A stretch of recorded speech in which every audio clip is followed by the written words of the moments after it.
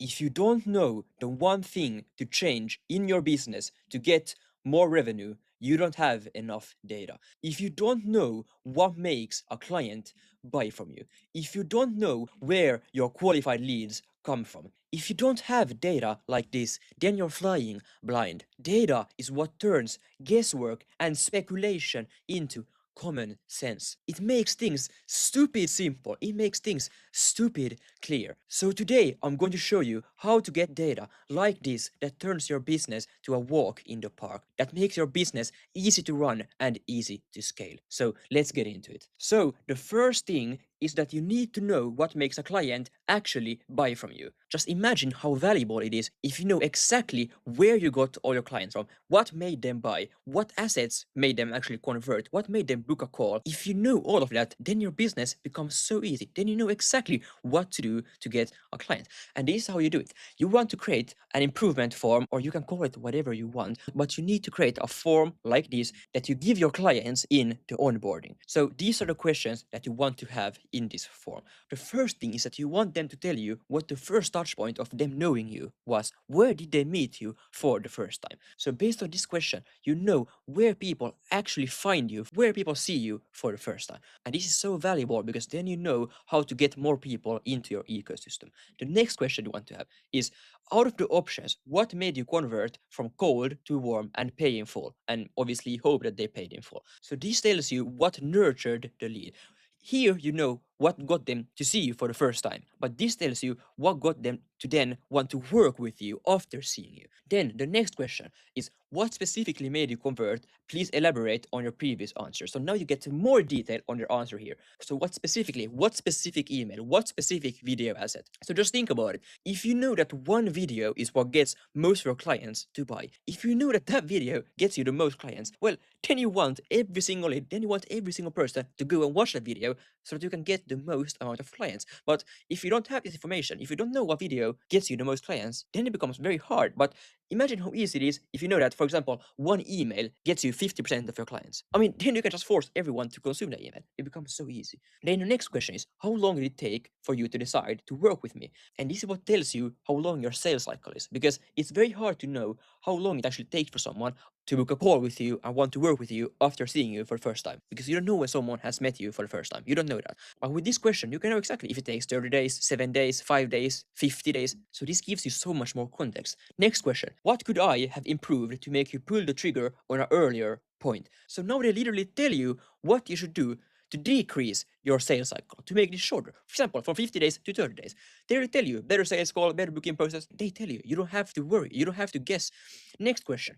What about the option you chose previously could be improved? So if they tell you that you need better sales calls, now you don't have to think, well, what should I improve in my sales calls? They literally tell you what should be better. So do you just see how easy things become, how much context you get? Next question. In your opinion, what is one of my most powerful marketing angles you are most looking for solving? So this is going to be specific for your business. But for me, it could be getting high quality leads, getting your leads to book a call, having a high show up rate, and so on. You just put all the things you help people with and put them there and let people choose what they like the most, what they value the most, and what they are most interested in about. And just think about how valuable this is. If most of your clients tell you that the only thing they care about is getting high quality leads, but then you know what to create content about, then you know what to talk about in your emails. If no one cares about the high shop rate, then why would I ever talk about it? Then that would be pointless. But if you don't know this, then you could be creating content about something that no one even fucking cares about. Next question. What was the first initial push that got you across the line? No, what got them to actually book a call with you? Then next question. Before the call, how convinced were you that you'd sign up on a scale of 1 to 10? And this is one of the most important questions. This tells you how pre-sold they were. This tells you how good your pre-call sequence is, because the only job of the pre-call sequence is to make your sales calls easier. In today's day and age, you shouldn't be selling on sales calls. The job of the sales call is not to sell. The job of the sales call is to close the deal. It's to get the deal across the board. But the job of the pre-call sequence is to get the conviction in the prospect's mind. It's to get them to actually buy. So if someone says that they were 10 out of 10, that they were fully convinced they were going to buy before the call, then your pre-call system works correctly. Then you have done things right. But if someone says that they're 0, then that means that you have to do all the work during the sales call. That means your sales calls are going to be very, very hard. So this tells you how good your pre-call process is working. And then again, you have this question here to get even more context to know what got them pre-sold before the call or what didn't get them pre-sold. So the next thing is that you need to start measuring larger metrics. You need to start measuring combinations of metrics that tell you more about your business. Metrics like your lead to booked rate, like your booked to close rate and your lead to close rate, because these are the metrics that are going to tell you if your business is working as a whole. Smaller metrics like your show up rate and your close rate, they only tell you one small segment of your entire pipeline, but these metrics track a much larger portion of your business. Your lead to booked rate, it tracks exactly how many of your leads become booked calls. It's very simple. Your booked to close rate tracks how many of your booked calls turn into paying clients. It includes how many of your calls are qualified, it includes your show up rate, and it includes your close rate. And then lastly, the most important metric is your lead to close rate. It tracks how many of your leads actually turn into paying clients. And the reason you want to track these metrics is because they tell you the overall health of your business, how good your business is at getting new paying clients. And the thing that happens most often if you obsess about smaller metrics like show up rate, for example, or your opt-in rate, is that they tend to influence other metrics, other parts of your business. So for example, if you get more people to show up to your calls, if you increase your show up rate, that doesn't necessarily mean that you get more clients, because the people who no-showed you before, they are the coldest prospects. So when you get them to the sales call, they're going to be very, very hard to close. So most likely, you're not going to close any of them. So even though you increased your shop rate, you made your shop rate better, but you didn't get more clients, your business didn't improve. And that's because your booked to close rate stayed the same. And the reason your book to close rate stayed the same, even though your show up rate went up, is because your close rate went up. You got more people to your sales calls, but the people that you got, they were cold. They were impossible to close. And the same thing is with your opt-in rate. If you optimize your opt-in, if you try to get more people to opt in, if you, for example, decrease the friction, well then, in most cases, your lead to close rate will go down. And the reason is because if you optimize your opt-in, if you decrease your friction, you will get more unqualified people to opt in. You will get more unqualified leads into your pipeline. Your lead to booked rate goes down and your booked to close rate goes down. So the only way to actually improve the way that you get clients is to look at these bigger metrics. It's look at your book to close rate, to look at the lead to close rate. And then when you increase these larger metrics, then you will see real results. These smaller metrics usually tend to keep things the same. Your business usually adjusts itself to changes in these smaller metrics. But if you change these larger metrics, then your business as a whole will improve. And another good thing with these larger metrics, and specifically with your booked to close rate, is that you want to obviously score your leads. You want to have a tier list of people who book a call with you. For example, you could have like a tier 1, tier 2, and tier 3. And the thing you want to do is that you want to give the most calendar slots, you want to give the most time slots to tier 1 people, and then less time slots to tier 2 people, and you want to give no time slots to tier 3 people.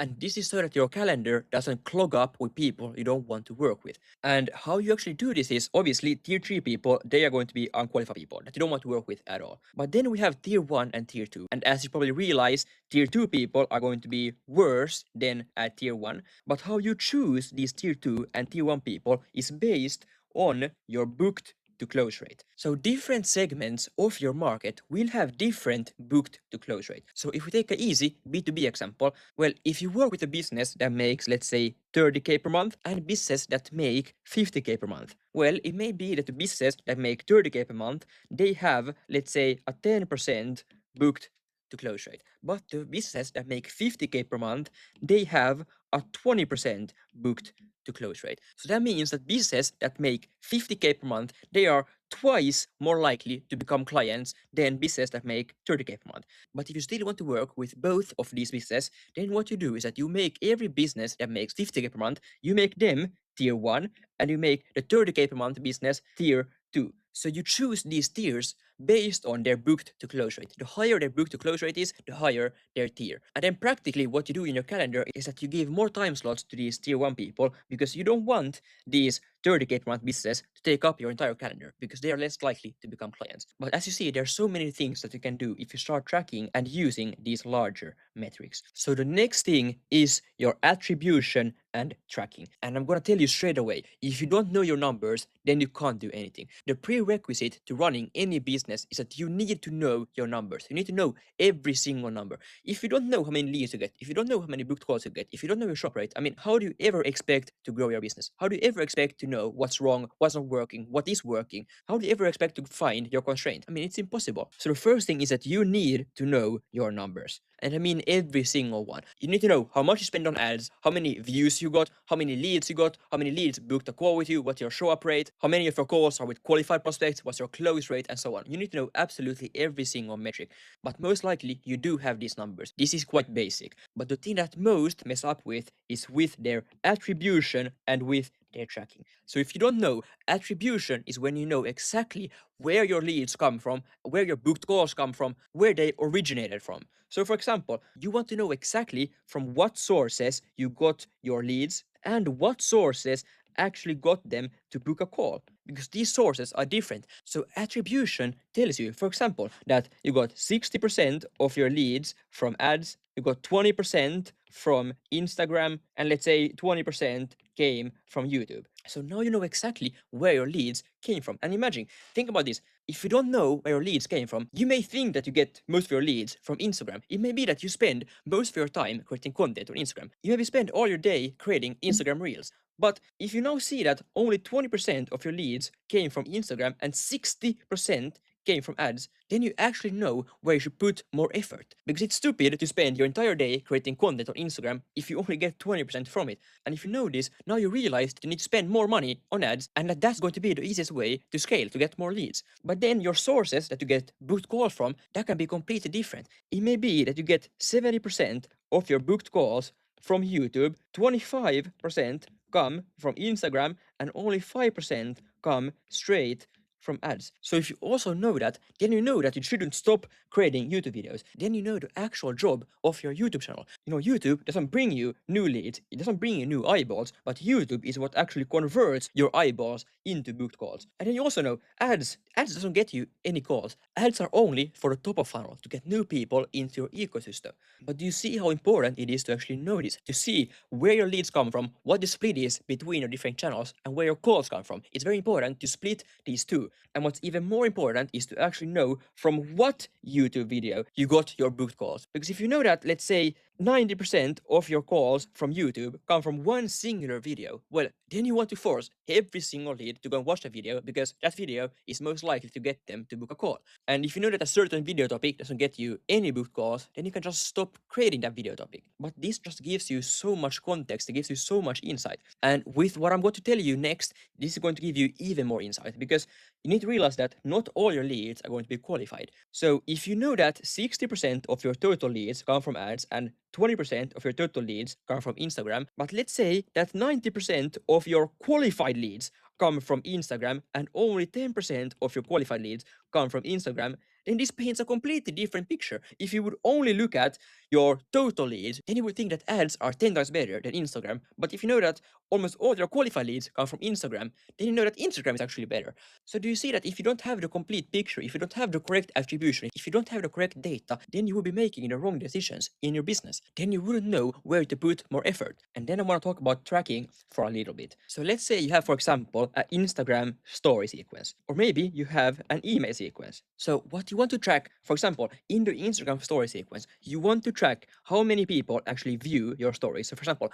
100 view the first story, then maybe 90 view the second, then 80, then maybe 60, and then maybe 40. So you want to track the conversion between each of your stories. Because just think about it. Imagine this scenario. Imagine if you would have a drop off like this.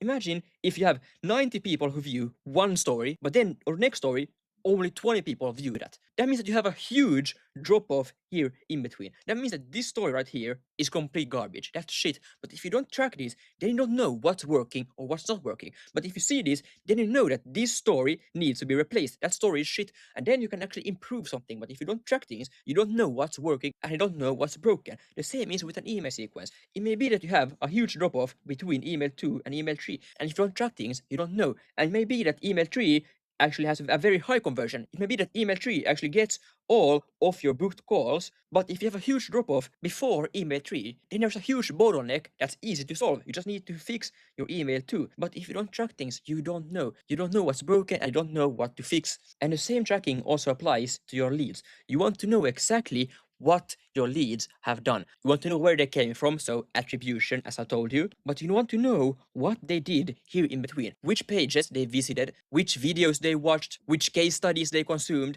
and then again you have your attribution that tells you what got you at a booked call, but that doesn't tell you everything. There's going to be a lot that happens here in between. It may be that they consume 5 pieces of content and they visit 3 of your different pages. But if you don't know this, then you don't know what works. It may be that you have a lot of videos, it may be that you have a beautiful website, but most people actually never visit your website. But if you know this, then you know what people consume, what's working, what you should promote more, and things like that. But everything here actually gives you more context on how to scale your business. So the next thing is that you need to know exactly which leads are qualified. And this is the biggest problem that I see today. Almost no one knows which of their leads are qualified. How many of their leads are qualified? Because just think about it. The way that you are collecting leads with your intake form, you only ask people for their name, email, and maybe phone number. Just think about your lead magnet. Maybe you have an ebook, maybe you have a PDF, a guide, something, a checklist. Maybe you have a opt-in before a VSL. Maybe you have a get in touch intake form. Whatever you have, most likely you only ask for their name, email, and phone number. And now think for a second. Can you know if someone is qualified or not based on their name, email, or phone number? Obviously, you can't. So it may very well be that 90% of your leads are unqualified, that you can't even work with. That means that only 10% of your leads are actually useful. But you don't know this. You have no idea. It may be that 80% of your leads are qualified, or it may be that only 10. You have no clue. And even if you would know the percentage, you wouldn't know which of your leads are qualified and which are unqualified. And if you don't know which leads are qualified, then again, with the attribution, as I told you, then you can't know from where you get most of your qualified leads. As I told you, the example, it may be that you get 90% of your qualified leads from Instagram and only 10% of your qualified leads from ads. But if you don't know which lead is qualified, you can't know that. You can only know where you get the total amount of leads from. You know that you get 60% of leads from ads. And with that information, you would go all in on ads. But that means that you would neglect Instagram, where you get most of your qualified leads from. So this is one of the most important things that most businesses actually get wrong. But now you may be thinking, well, how do I know which leads are qualified? How do I know if a lead is actually qualified or not? And the answer is very simple, but how you do it is a bit more complicated. So the very easy thing is that you want to add more questions to your intake form. So that means that instead of only asking for name, email, and phone number in your opt-in form, you also ask all your qualification questions. That means that you will have 10 questions on your opt-in form. But now you may be thinking, well, if I have 10 questions in my opt-in form, well then no one would ever want to opt in. I would get 0 leads. I mean, no one would answer 10 questions. And you're absolutely correct. If you would have 10 questions in like your ebook, guide, PDF, whatever, then no one would opt in. You wouldn't get any leads. You can only ask for their name, email, and phone number. That's it. You can't have any more questions. But then, how can you actually add your qualification questions to your intake form while retaining a high completion rate, while getting people to opt in? And the only solution to this is by running a quiz. And the reason the quiz works is because people are incentivized to answer those questions, because that's what the quiz is about. And the quiz is also a lead magnet, but it's 1,000 times more valuable and you get more data. So it's a win-win for both parties. The lead gets something more valuable because you can create something that's customized, tailored to their specific situation, and you also get more data. It's a win-win for both. So how the quiz works is that you have your standard intake form with name, email, phone number, but you also have your qualification questions in your intake form. So for example, if you're B2B, and this is just an example, but if you're B2B, you could ask for their revenue. If you're a fitness coach, you could ask for their weight, whatever. You can ask whatever you want, but if you're smart, you put your qualification questions in there so that you know who is qualified. But you can put whatever there. But then how it works is that people answer these questions. They give you their revenue, they give you their weight, and then you give them a lead magnet based on what they answer in the questions. So you could have a specific guide for people that make, let's say, 30K per month, and a specific guide to people who make 50K per month. You can have different exercises for people who are 20 kg overweight compared to, let's say, only 5 kg overweight. So you give them something tailored and specific to their situation. And people are incentivized to answer these questions because people want help for their unique situation. People want help specifically for themselves. So you will have as high completion rate on a form with 10 plus questions as you have with only name, email, phone number. You will have as high completion rate with these many questions, and you know exactly who is qualified and who is not. Just think about how good a quiz is. It's actually mind-boggling. So the next thing is that you need to calculate your correct metrics. So what almost everyone does is that they calculate their cost per booked call. And they think that this is what it costs to get someone on a call. But that's completely wrong. This is what it costs to get a booked call. So let's say that your cost per booked call is $200. But what you need to realize is that this doesn't take your show up rate into consideration, and it doesn't take the percentage of calls that are with qualified people into consideration. So it may be that your show up rate is at 70%, and it may be that, let's say, 80% of your calls are with qualified people. So your cost per showed up qualified call, which is what you actually should be calculating, that will be $357. And do you see the difference right here? So previously you thought that it costs you $200 to get someone on a call speaking with you. But that's not the case. In reality, it costs you $357 to get the right person on the phone speaking with you, because this takes your show up rate and the percentage of calls that are qualified into consideration. So if you're now trying to calculate your unit economics, if you're trying to calculate if your business is profitable, if you're trying to calculate how much money you get back from your ad spend, if you're trying to calculate how profitable your ads are, well, if you use this number, you will get completely different results than if you use this number. And this 357 is the real number. So you will get completely skewed results if you use this 200 right here. I mean, just think about it. If you're running ads and you see that you get a $200 cost per booked call, well, then you may think that your ads are profitable, that your ads are good. But if you actually realize that it costs you $357 to get the right person speaking with you on the phone, well, then you might shut off ads because it may be that you're losing money. It might be way more expensive than you realize. So you actually need to calculate the correct metrics to know if your ads are working, to know if your ads are profitable, to know if your unit economics are correct, because this may be the difference between having a profitable business and having an unprofitable business. This makes a huge difference. So to finish things off, now that you have all your data, now you can actually calculate things. Now you can look at your business as a whole and you can look at your metrics. So I have built a calculator for myself where you can input all your metrics and it will calculate everything for you. It will calculate your cost per booked call. It will calculate your revenue per booked call. It will calculate your cost per show. It will calculate your qualified lead to booked rate that I talked about. And then you can input your improved metrics right here and it will calculate how many new monthly leads you will get, how many more qualified leads you will get, what your new monthly revenue will be, what your cash efficiency is. Then here you can input your target deals, how many clients you want, and it will calculate how many leads you need with your current metrics, how many leads you will need with your improved metrics, and so on. It calculates everything for you. So let's look at an example.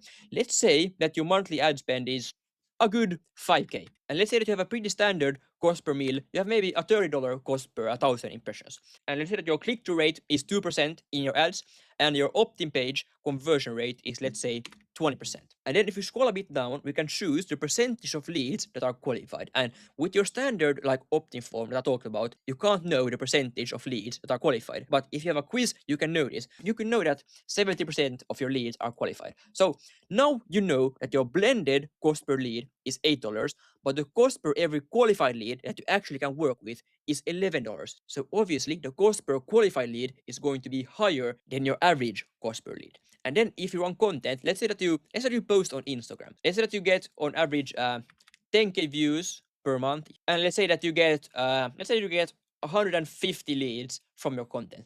Then this calculates your view to lead conversion rate, and obviously see here how many organic leads you get per month. But here you see your total leads per month. So from paid ads plus from organic. So you get 870 leads in total. And from those leads, 571 are going to be qualified, 245 are going to be completely useless. They are unqualified. So then let's continue. Here you can choose a percentage of booked calls that are inbound versus outbound. And inbound is if the lead books the call themselves, and outbound is if you contact the lead and get them to book a call. So let's say you have a 50-50 split between inbound and outbound. So then the next metric, your lead to book rate. And this calculates a percentage of leads that end up booking a call. And a pretty standard number for most businesses is like 2 to 3%. And you may be shocked, but most people don't even track this metric, so you don't know. But 2 to 3% is pretty standard. Then here is our show up rate, and a pretty standard show up rate is 70%. That's pretty standard. That's like average. And then we have the percentage of calls that are qualified, and for most people this will be around like 60%. And then the close rate on qualified calls, well, for most people this will be around 30%. Their total close rate will be around 20%. But if you only take the qualified prospects into consideration, then your close rate will be almost even like 35%. And if you then put the average deal value, so let's say you sell something for 5k, and here you can put how many people you have on your sales team. Let's say you only have one closer on your team, and let's say that they take 4 calls per day.